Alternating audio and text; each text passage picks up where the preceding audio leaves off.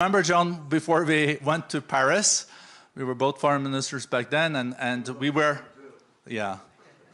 We also were on track for like a 4 degrees thing.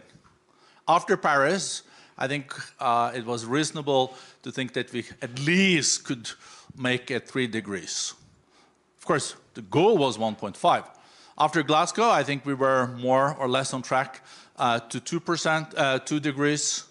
I think after Sharm, there is a possibility to reach 1.5, and we did not move away from 1.5. But it's now about financing. It is really making sure that available technology, both on mitigation but also adaptation, has to be implemented. And that's why we have also gathered the philanthropic community here. And we know we can do more in this field. I saw a report last night, preparing for this, that only 2% of the philanthropic funding goes to nature and climate. Philanthropy is doing a lot of very important things in many, many sectors globally. That's for sure. But I think there is a potential to step up in the area related to our planet, because here we are really defining if we are going to have really sustainability in the future. And as you can see, the Gaia initiative is very important for us. The Gaia initiative, of course, is our planet. It's Greek mythology. Is really about how we can make sure that philanthropy also does its part when it comes to saving our planet. So we have a great panel and also a lot of great people in the room that I know is super committed.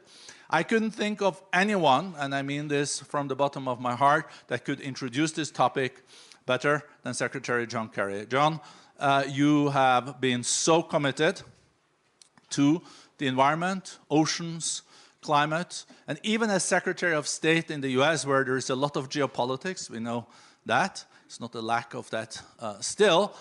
But even as Secretary of State, you put the oceans and climate on top of your agenda, and I don't know any other Secretary of State that has done it in the way you did it, and no other foreign minister. So it's a pleasure to have you back in Davos, John, my dear friend, and I'll give you the floor here.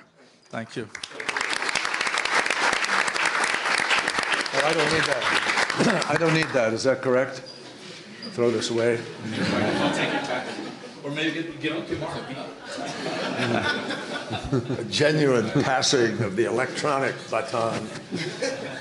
Anyway, Borge, thank you. Thanks, first of all, for your friendship. Thank you for getting me the best room I ever had here in 35 years. Takes a long time to go up the ladder, folks. And by the time you get there, you can't climb it anymore.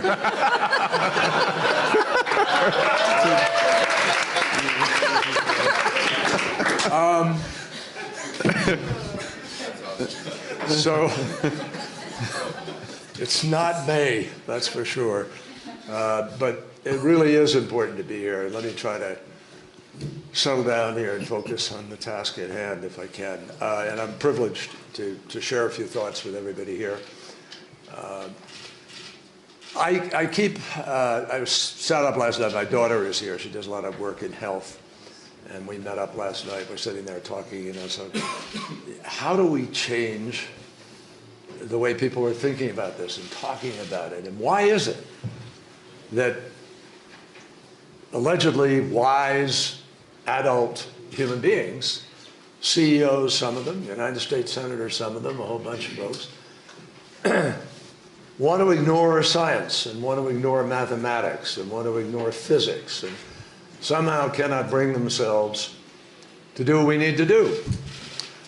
And when you stop and think about it, it's pretty extraordinary that we, select group of human beings, because of whatever touched us at some point in our lives, are able to sit in a room and come together and actually talk about saving the planet. I mean, it's so almost extraterrestrial to think about, quote, saving the planet. And if you said that to most people They think you're just a crazy tree-hugging, lefty, liberal, do-gooder, whatever, and there's no relationship. But really, that's where we are. You look at what's happening with species. Half the species of the planet have been already killed. And if you look at the way we live, the incredible sort of destructive process of growth, the way we interpret it, not as enlightened growth, but as a sort of robber baron growth, driven by a lot of different things. We had 18 separate $1 billion cost events in the United States last year. And you look at Pakistan, where 30 million people in one single event were displaced and their lives were affected, extraordinary upheaval. And you run around the world. I'm not going to do it now because this group is as smart as any group, and you know what's motivating you and bringing you here.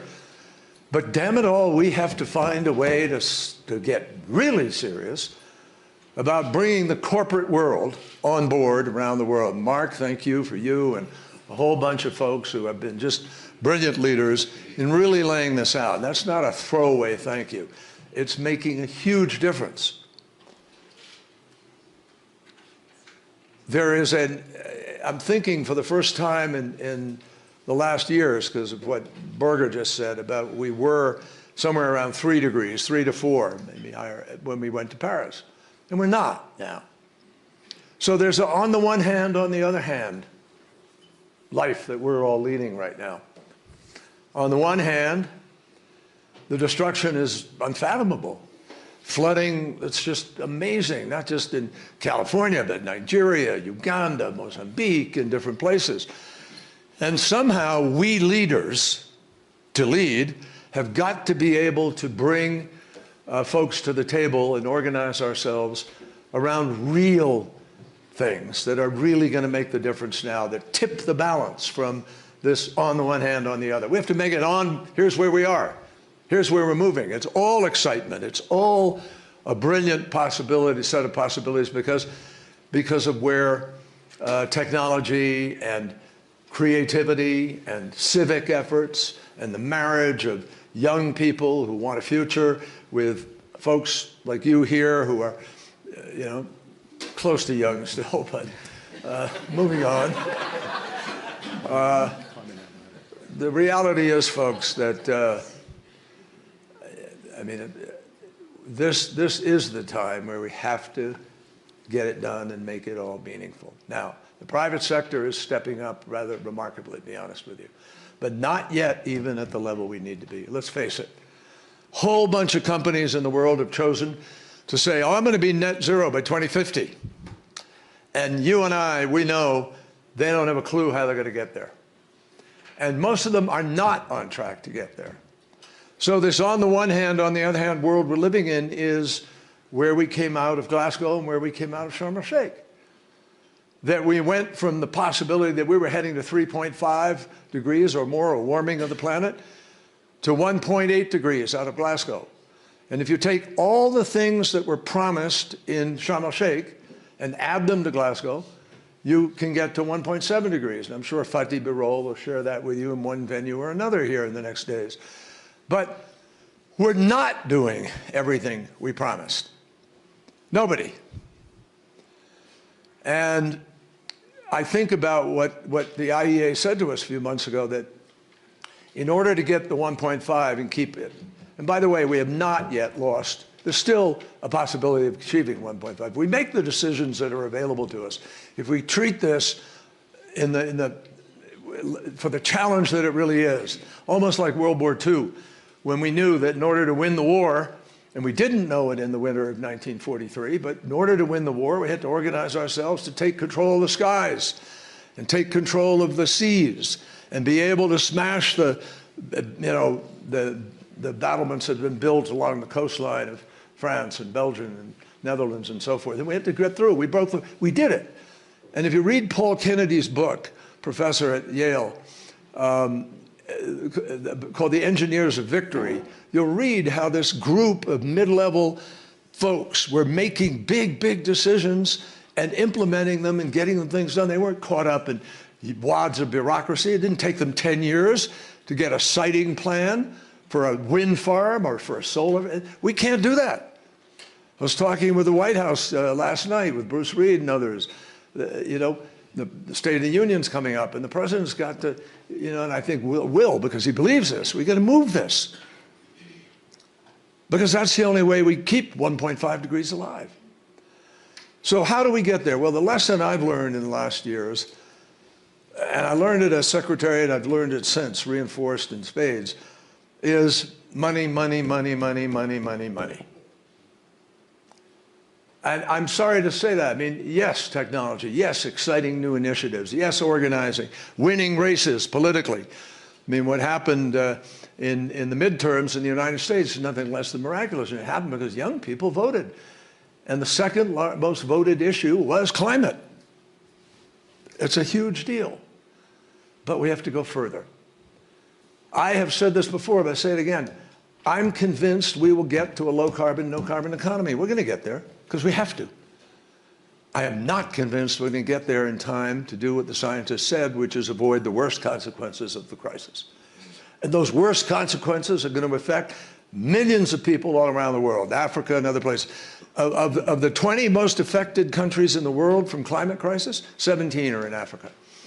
And if we're going to keep faith with the global south and we're going to be real about dealing with justice in this transition, then we have to make sure we're bringing the global south along, even though that's adaptation and that's resilience and talking about loss and damage and so forth. We have to do it because we have to build the political consensus that allows all of us to go forward. Now, I'm running over time, and I know that. But I want to just I get wound up on this one, folks. Here's what we need, and we're doing it with our deal that we cut with Indonesia, with what we did. Amashat knows what we did. Rania knows that the WEF program we put together is going to get rid of 15 gigawatts of pollution by deploying 10 gigawatts of renewables and 5 gigawatts of gas shut down. 11 turbines will be shuttered.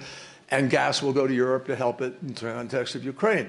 Perfect sort of symmetry. And it's going to happen because we were able to put together $500 million, a big concessionary loan from Germany. Thank you, Germany. Important contributions from different entities. But we don't have time, folks, to be cobbling together bespoke deals here, there, and everywhere. We have to do it in a massive basis. And the key to that, one of the keys, is philanthropy. It's not the only key. We need governments to put public money into it.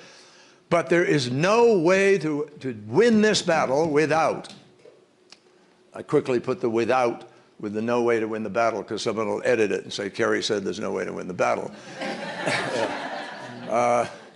But truthfully, folks, the secret to this is this partnership, Gaia, putting together. At first I thought it was a great wine, Gaia. But seriously, it's a moment where we can pull ourselves together, and we have to do this day to day and bring the private sector to the table. We have to unleash, Mark Carney knows this as well as anybody, we have to unleash the trillions of dollars for bankable deals. How do you create the bankable deals? You have to leverage. You have to bring people together to take first loss, to minimize the risk. The minute you do that, you can get a deal like we got with Indonesia, with Mexico, with Vietnam. Final thing I'll say, I've said this many times, but I want you all to focus on it. 20 countries, 20 economies equal 80% of all the emissions. You solve the problem to start with by making sure all of those 20 countries are doing what they need to do. And that includes the United States, China, Russia, India, Indonesia, Mexico, Brazil. You know who they are. We have to pull them to the table and leverage further. And I think that's doable. But time is, in fact, running out on us. So I hope everyone will look at this initiative. We've had many different initiatives. You all put money in to help us with the global methane pub. And you put money in to help us close the deals in many of these cases. So you're playing an absolutely critical role, but we've got to all figure out how do we leverage further? How do we augment this in order to be able to win the battle? What's exciting is, and this is not false optimism, I saw a technology the other day that's going to create usable no CO2 gas which uses existing CO2 and heat and other things to be able to put together this new sort of LNG. These are the things that are going to change the world. Batteries, there are about 70 new battery companies all of a sudden that are spouted up because of the IRA in the United States. And the reaction of other countries shouldn't be, oh my God, you shouldn't be doing that. That's putting us in an unfair position. Do it too. Everybody's got to do the same thing to accelerate this process even more. So God bless all here. Thank you for being part of this. Let's honestly show the world that we can get the job done. Thank you. Thank you. Thank you, Secretary Kerry, as well as Borge, for your comments. Vice President Elgo, I don't know whether you want to take a seat in front. There is a chair. You're fine? Okay. We have a seat for you. Well, don't be shy. And thank you, all of you, for being here and being part of the Gaia community. Over the last more than 50 years, the World Economic Forum has been very much focused on fostering public-private partnerships to improve the state of the world. And today is an important milestone because you've added the third P into that public-private construct to see how we can scale, catalyze, and mobilize a lot more action around climate and nature. And only if we join forces can we really move in time to deal with the challenges ahead. I have a very diverse panel here representing the public, private, as well as the philanthropic sector. And I also want to save some time for comments from the floor. So if I could turn to Mark first. Okay. Right, you've been co-chairing the Glasgow Financial Alliance for Net Zero, GFANZ, for a period now, and also been a very strong force in promoting climate action, climate ambition, accountability amongst financial institutions. Can you tell us your thoughts around how Gaia could actually work with GFANZ and a lot of the many other global initiatives to support climate and nature action? Sure, and I'll try and be brief and pick up on what Secretary Kerry was saying, and let me pick out, and actually let me salute the JETP initiatives with Indonesia, Vietnam, others, WEF as well, which you've been so instrumental in getting done. I think I want to use them because it illustrates points where philanthropy can come in and leverage huge amounts of capital. This is the key point. So one of the things in the Indonesian JETP is there's a couple of $100 million of philanthropic capital which is going to be used to help with project preparation. It's drudgery, it's the specifics of the actual project, you know this well, Minister, that has to be done. Yes, we could get the MDBs to help with it, but it might take too long, so the philanthropic capital is coming in, helping with that. We need advice in various countries around enabling environments as well, the technical assistance.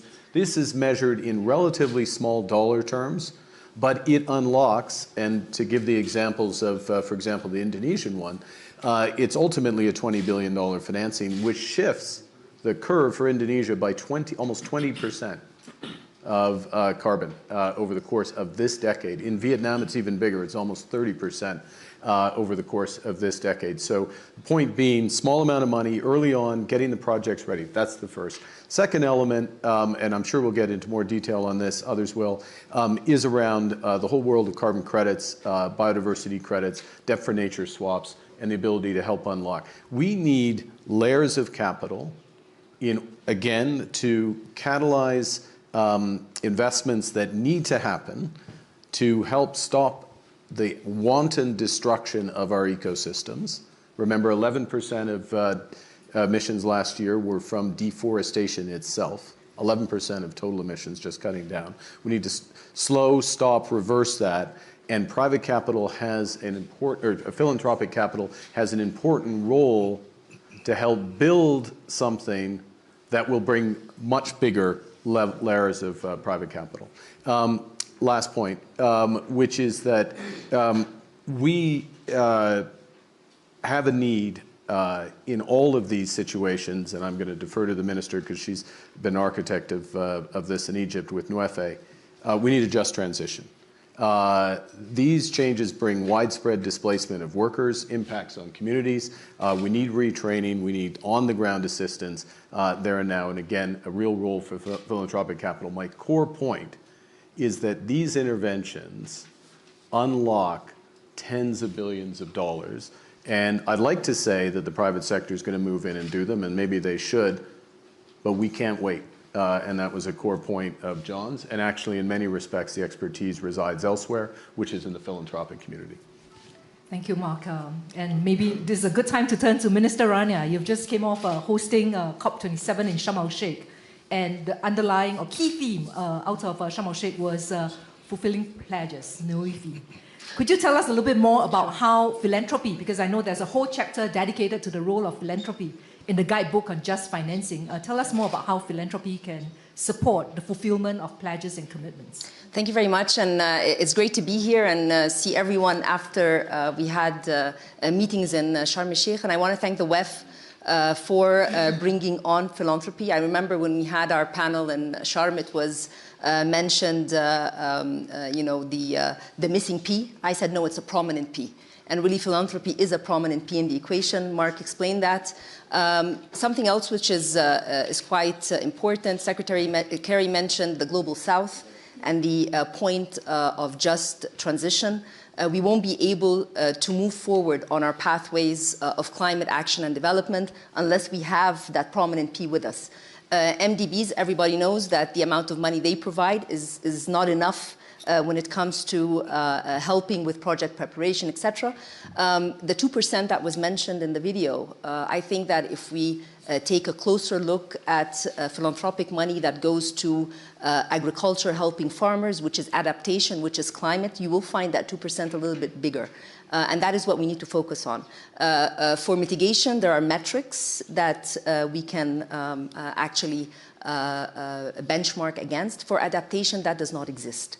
And therefore, we need to work collectively to be able to also push philanthropic action and money into adaptation, resilience, to avoid things that happen in Pakistan, to actually push forward. On the investable projects, and this is what we tried to put together, and I want to thank all our partners when it came to Egypt's country platform for the nexus of water, food, and energy, Secretary Kerry, Mark Carney, and all the you know, putting this together was a very important exercise to show that if we are able to define as country what our priorities are with respect to climate and development, we'll be able to mobilize financing and you know, put all this puzzle together so that whether it's mitigation or adaptation, we can move forward. Philanthropy is important.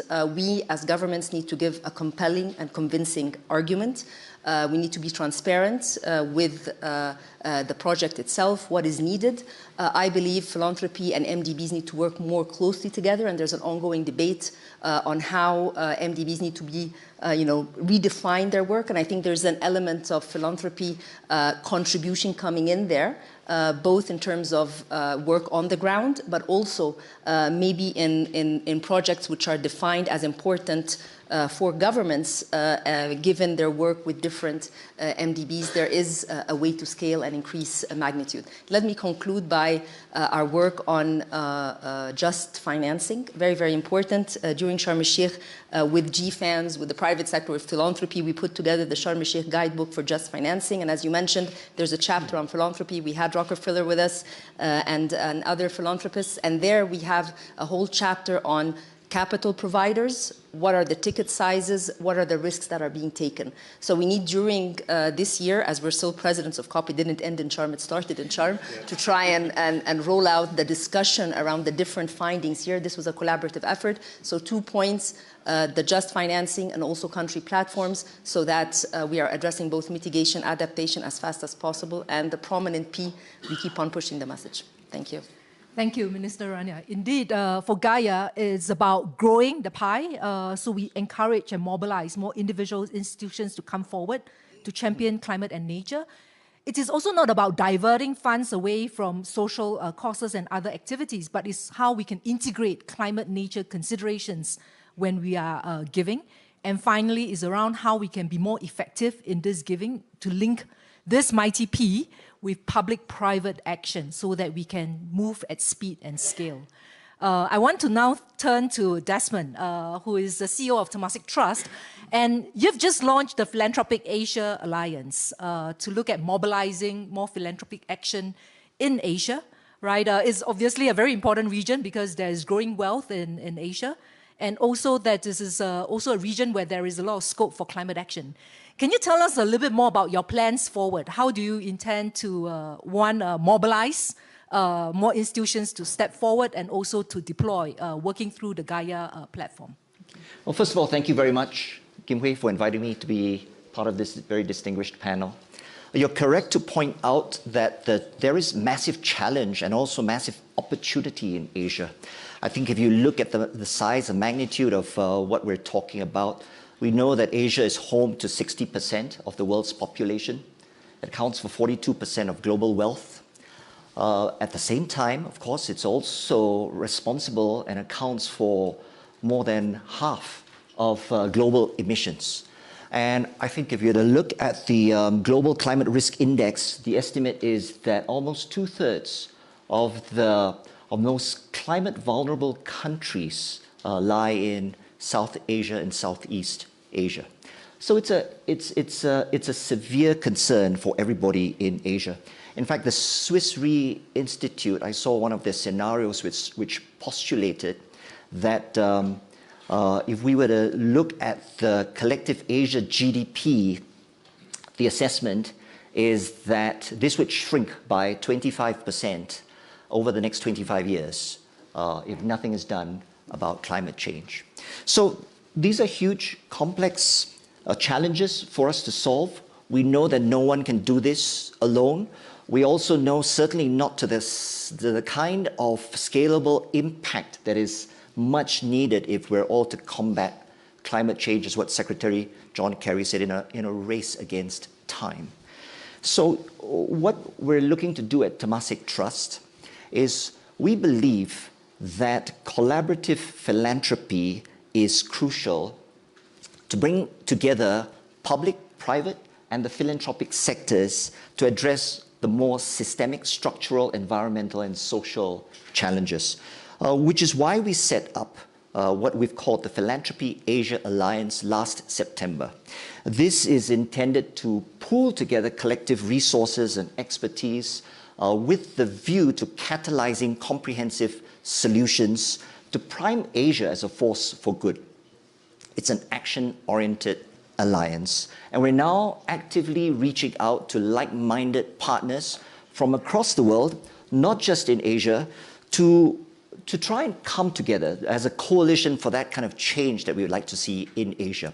Like-minded partners who also see the need, also the impact and the opportunity of Asia on planet, people, to also help to foster the kind of regional peace and progress that we'd like to see. And we hope to bring as many of these partners together in the PAA, Philanthropy Asia Alliance, which looks at a few levels of partnership. At one level of partnership, it's in donors coming together to pool their financial resources, both for philanthropy as well for impact investing, and in the kind of innovative financing that we're seeing today around blended structures, as well as in outcomes-based financing or pay-for-success kind of model. We're also looking for partners who would be willing to come together with us to manage programs on the ground in Asia.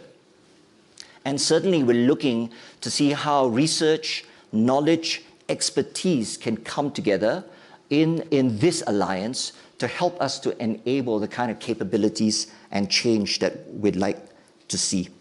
Any kind of partnership in any form of alliance is what we're looking try and forge through the Philanthropy Asia Alliance that Temasek Trust is looking to put together. I welcome all of you to join us this September when we formally launch the PAA at our annual summit in Singapore. And to join us at any level of that kind of partnership. But importantly, I would like to thank the WEF for being a strategic partner to the Philanthropy Asia Alliance. This is important in terms of scaling impact. We think that Gaia is exactly the kind of global platform that allows us, in fact, it fits with our resolve and our purpose, and it allows us to actually drive the kinds of thematics that we're keen to push forward through the PAA. Those thematics are, no surprise, it's in the area of nature and climate as one broad thematic. It's in the area of holistic and inclusive education as another area, and it's in global and public health in a third area. And we already, as I was saying, this is action-oriented, so we've already started calls to action to drive forward in each one of these areas. So we look forward to having as many people partner us as possible. Thank you very much for listening. Thank you, Desmond. And I know that you've been quite successful because even at the initial launch of this idea, there has been 4 or 5 partners coming from Hong Kong, Indonesia, joining forces to see how we can better mobilize action. Not enough, unfortunately, but we hope to get a lot more. Better. If I could turn to you now, because you run a business, but you've also been thinking about philanthropy for a period now, right? Strategic philanthropy in the Gulf region, and you've set up a few centers that's focused on studying the space.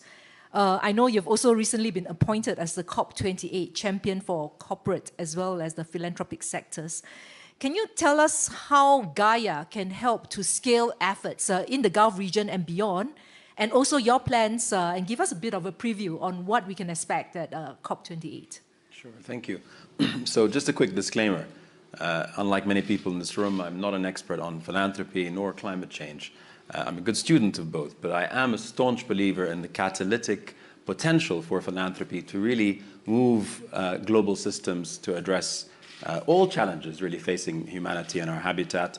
And of course, climate philanthropy is no different. Now, I've often referred to philanthropy in general as being the forgotten child of the capital system. I think we're slowly being reacquainted with that child.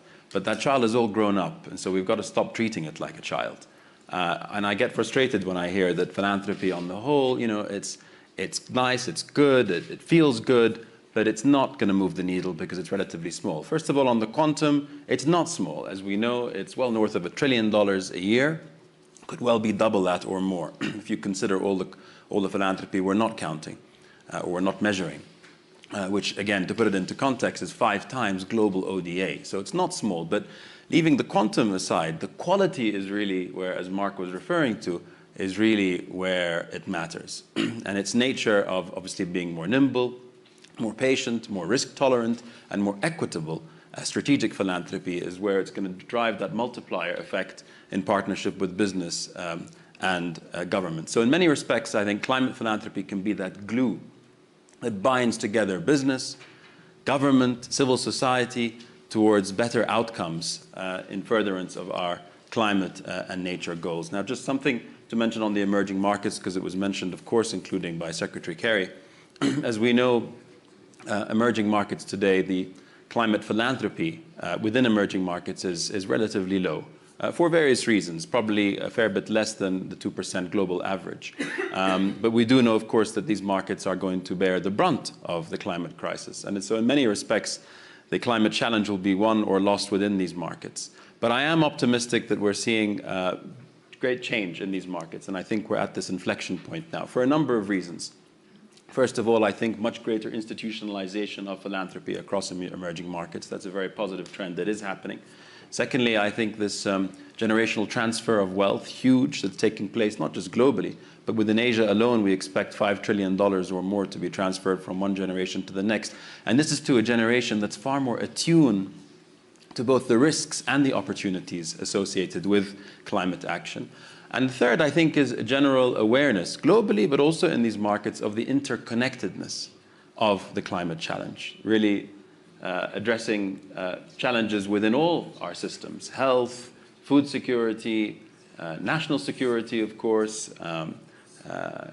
social justice, and so on and so forth. So we are at that inflection point. Just a quick note on COP28. Of course, the COP28 presidency is well aware of how challenging this is, but is up to meeting that challenge by really creating these systems of collaboration, this global architecture for all these players to come together and to pool capital, but also ideas and energies to generate and create that multiplier effect. And one of the things that COP28 presidency would like to do is, of course, collaborate very closely with Gaia to build this community, not just within philanthropy, but also linking philanthropic players with other systems of capital, including, I think, very importantly, venture capital, to help to promote better venture philanthropy, to help to drive technology at the R&D level, to help to scale up action. So I think it's an exciting time. Again, commend WEF for all the great work that it's doing, and just deliver that message that COP28 wants to collaborate and cooperate with everyone to co-create these solutions to address these challenges, nature and climate. Thank you, Beda. We have 10 minutes, and I would like to open the floor for any comments from the audience. Yes, the gentleman? Yeah, you've got your hand. Please introduce yourself, and then so we know who you are. My name is Hashmin Sakib, and I'm from Pakistan, and I'm representing Global Shakers Communities. So my question is regarding, so we are talking about problem solutions, but countries like Pakistan is facing climate deficiency already. So what quick solutions we can take so that we don't face these kind of situations in next year? So do you have any comment in terms of short-term solutions for developing countries?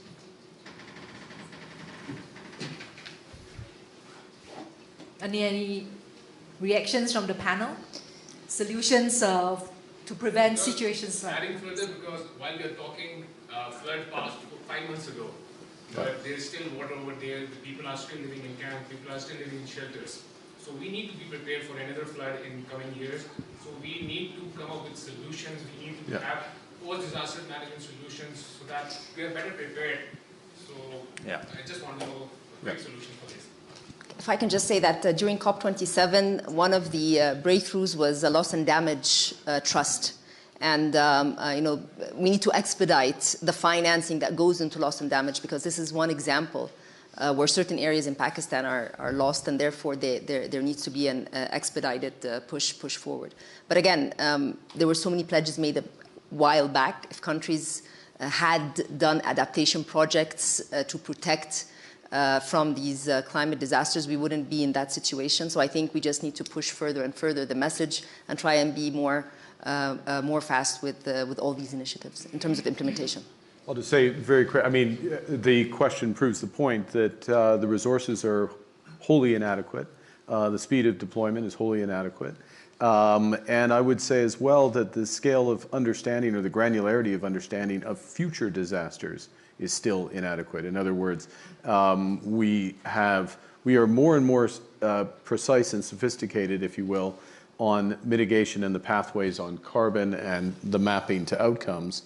But actually, from a risk map, from the scale and the likely location of these disasters, we're still at early stages. Now, part of what's being put together is through the GRI and others using the global insurance industry, is to get much better about that. That has to be in parallel met with resources from public, multilateral, and philanthropic sectors, so that the deployment is there alongside. So part of the reason for the initial silence is there is not the resources there, and as I say, the question proves it. And this is part of where we need to map private expertise and scaled up philanthropic dollars. Thank you. Thank you. Good morning, everyone. My name is Diane Binder from France. I'm here as part of the Young Global Leaders delegation. I'm the founder and CEO of Regionopolis, which is an initiative that seeks to support entrepreneurs at the nexus of nature, climate, and urban resilience. So my question is, how can big philanthropy help us deploy impact at scale? Because we all share the urgency to act.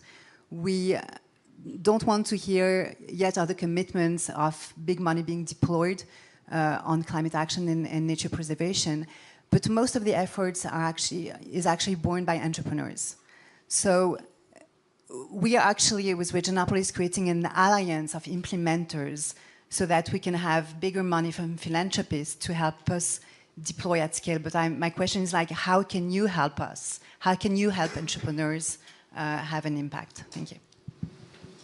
So one of the things, if I can just share, one of the things that we've done through our foundation is actually to give a prize, a Livability Challenge Prize, for any kind of idea that helps us with mitigating climate change and improving our resilience. So as an example, we've given $1 million a couple of years ago to a team from Los Angeles, actually, that came with a really interesting idea of how to do carbon sequestration and to turn this capture into actual construction material that can be used.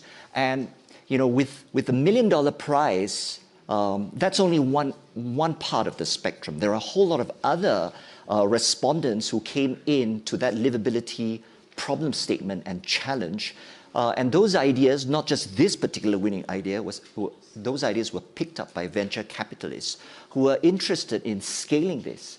And so this speaks to this point about having to bring or wanting to bring private capital into all of this space, because if you can bring in the private sector, venture capitalists, to come and seed into all of these areas, there will be a lot more energy and momentum spawning all kinds of new ideas and innovations in the space of acting against climate change. And Mark? Just very quickly, hugely important, but also proven approaches at scale, which I think is part of your, and I would suggest one immediate thing is to connect you with the C40 initiative, the Large Cities Initiative.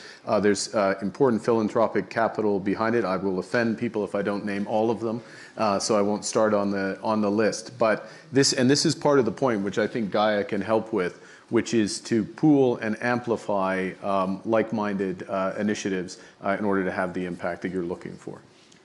No, just to say that this is an opportunity that the COP28 presidency wants to and will capture. Because, and as I mentioned, linking VCs, in fact, in the last few weeks, I've been chatting to and have soft commitments from 16 venture capital bodies or communities around the world, including in India and sub-Saharan Africa and indeed from Asia, to commit to deploying a certain percentage of their venture capital funding towards through investment capital solutions and entrepreneurs who are really leading the charge in developing solutions to climate and nature challenges, but also to put a certain percentage aside in venture philanthropy, to really seed not just entrepreneurs, but also scientists, to go and find them in the labs, that the work that they're doing within the labs, and help to scale those up. So again, would love to chat to you if you have ideas on how to scale this. Thank you.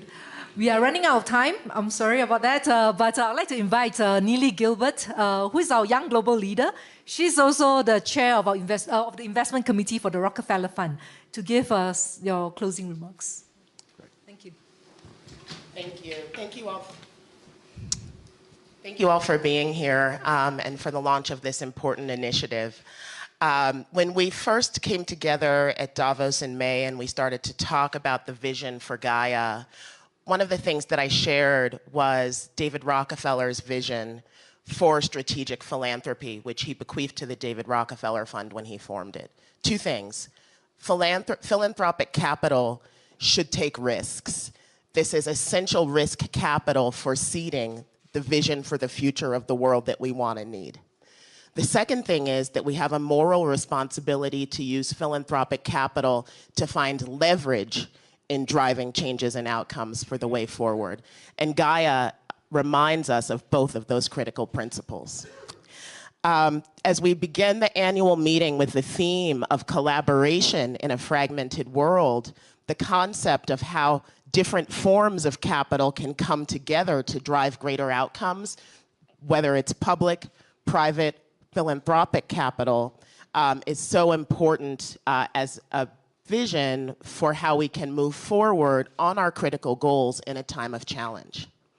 So as we continue to expand on this concept, think about specific opportunities for how Gaia can move forward in driving strategic, systemic change that we need. As we've heard from many panelists, making a difference on climate touches all of our interconnected global goals. Please, I ask each of you to think about how yourselves as leaders, the organizations which you can touch, and others with whom you can speak and bring to the table as part of this critical work can join us in making a difference on climate and the future of society. Thank you. Thank you all. Thank you.